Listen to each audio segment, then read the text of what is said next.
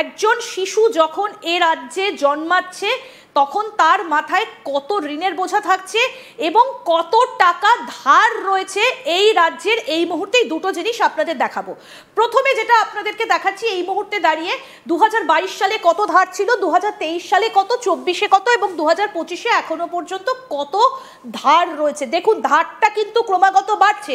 4.97 লাখ কোটি ছিল 2022-এ, 23-এ সেটা আরও বেড়েছে, তারপরে আস্তে আস্তে দেখুন ধাপে ধাপে বাড়ছে।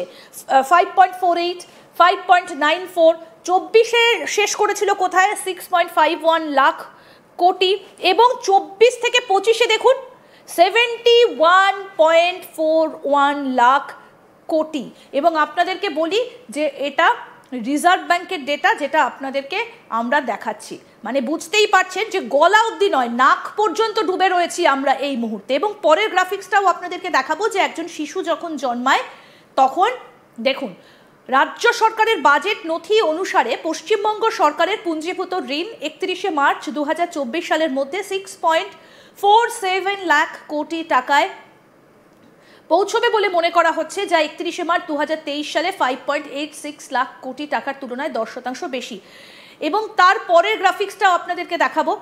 মাথাপিছু ঋণ 60,000 টাকা, সমান 60,000 টাকা পশ্চিমবঙ্গের মাথাপিছু ঋণ। মানে এটা কি দেখুন, সমান উদ্বেগজনক বিষয় যে এই সময়ের মধ্যে রাজ্যের মাথাপিছু ঋণ 59,000 টাকায় পৌঁছবে বলে মনে করা হচ্ছে। মাথাপিছু ঋণ রাজ্যের মোট জনসংখ্যা থেকে মোট পুঞ্জীভূত ভাগ করে নেওয়া হয়। আপনাদেরকে যেটা দেখালাম 2023-24, নিশ্চয়ই আপনারা সালটা খেয়াল করেছেন।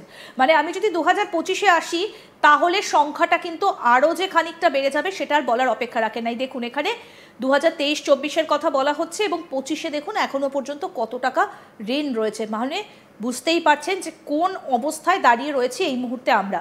কর্নেল চৌধুরী আমাদের সঙ্গে রয়েছেন এই মুহূর্তে, সরাসরি তার কাছে চলে যাব।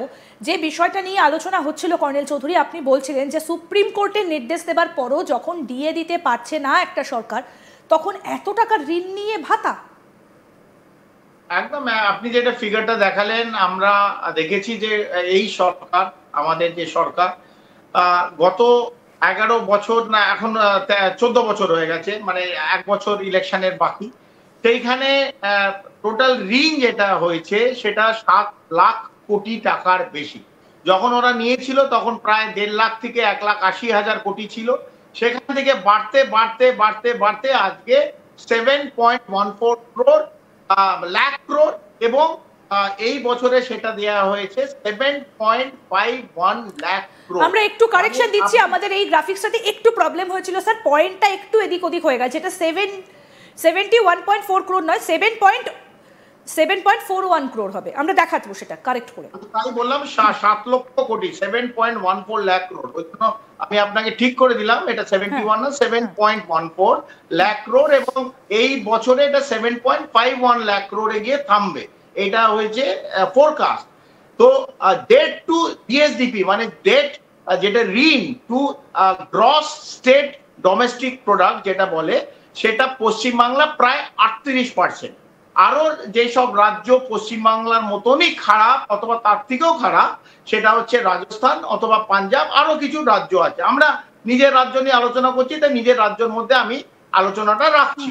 সেইখানে দেখতে গেলে এই যে আপনি দেখালেন একটা বাচ্চা জন্মাচ্ছে 60,000 টাকা নিয়ে, তার মাথার ঋণ নিয়ে তার জন্ম হচ্ছে। তার মানে যত দিন আগে যাবে এই ঋণটা কিন্তু নোশনাল ঋণ হলেও প্রত্যেক বাচ্চার মাথায় 60,000 টাকার ঋণ নিয়ে এসে জন্মাচ্ছে। এটা কিন্তু একটা সবাই হয়তো এটা বুঝতে পারবে না, কারণ এটা তো নোশনাল, কিন্তু আস্তে আস্তে যখন কমপ্লিট ইনফ্রাস্ট্রাকচার, আপনি কিরকম ভাবে বুঝবেন এটা?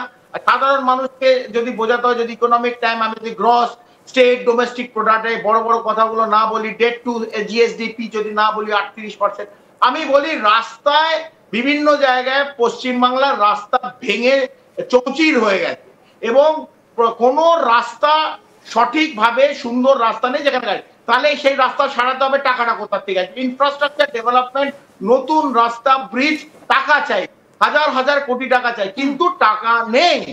টাকা রাস্তা সারাবার টাকা নেই। রেভিনিউ বলুন অথবা ক্যাপেক্স, ক্যাপিটাল এক্সপেন্ডিচার বলুন, দুটোতেই আজকের দিনে পশ্চিমবাংলার সরকারের কাছে ভাড়ারের টান আছে। তার সঙ্গে আমরা দেখেছি যে বিভিন্ন যেসব, আমরা একটু কর্নেল চৌধুরী আমরা একটু গ্রাফিক্সটা কারেক্ট করিয়েছি, আমরা একটু দেখাই, আপনি বলুন। হ্যাঁ, বিভিন্ন যে সোশ্যাল স্কিমস আছে, এই সোশ্যাল স্কিমসে আমরা জানি যে কত চুরি হয়েছে। সেটা গ্রাম্য যত স্কিম আছে, সেটা বাড়ি স্কিম হতে পারে, রাস্তার এই সড়ক যোজনা হতে পারে, অথবা এই যে মনরেগা স্কিম হয়েছে যেটা প্রায় বন্ধ করে দিয়েছে 100 days ওয়ার্ক। এখানে যে একটা পুকুর চুরি হয়েছে পশ্চিমবাংলায় বলে বারবার কেন্দ্র আঙুল দেখিয়ে এবং টাকা বন্ধ করে দিয়েছে, এবং বারবার রাজ্য বলছে কয়েক লক্ষ কোটি টাকা ওনাদের এখনো 9,000 না 10,000 লক্ষ কোটি টাকা এখনো ওদের ঋণ বাকি আছে। সেই জায়গাটা আমরা যদি দেখি, আমার মনে হয় কোথাও না কোথাও রাজ্যের যে ভাড়ারে এখন পয়সা নেই। খুব ক্লিয়ার যে 10,000 কোটি টাকা যেটা সুপ্রিম কোর্ট ডিএর জন্য দিতে বলেছে, সেই টাকাটাও রাজ্য সরকার দিতে পারছে না, এবং ওনারা এখন নানা রকম আরো স্কিম করছে। 1,10,000 প্রত্যেক প্যান্ডেলে এই পুজো হবে, সবাই বলবে পুজোর বিরাট অর্থনীতি, তাই 1 লাখ। পুজোর যদি বড় অর্থনীতি থাকে এই পশ্চিমবাংলায়, তাহলে 1,10,000 কোটি, 1,10,000 টাকা প্রত্যেক এই 45-48 হাজার পুজোয় 1,10,000 টাকা কেন দিতে হবে? এই প্রশ্নগুলো থাকবে। যদি পুজোর অর্থনীতি পশ্চিমবাংলায় খুব ভালো, আমিও মনে করি খুব ভালো, তাহলে সরকারকে 1,10,000 টাকা 48,000 প্যান্ডেলকে কেন দিতে হবে? এই প্রশ্ন চিহ্নগুলো উঠবে।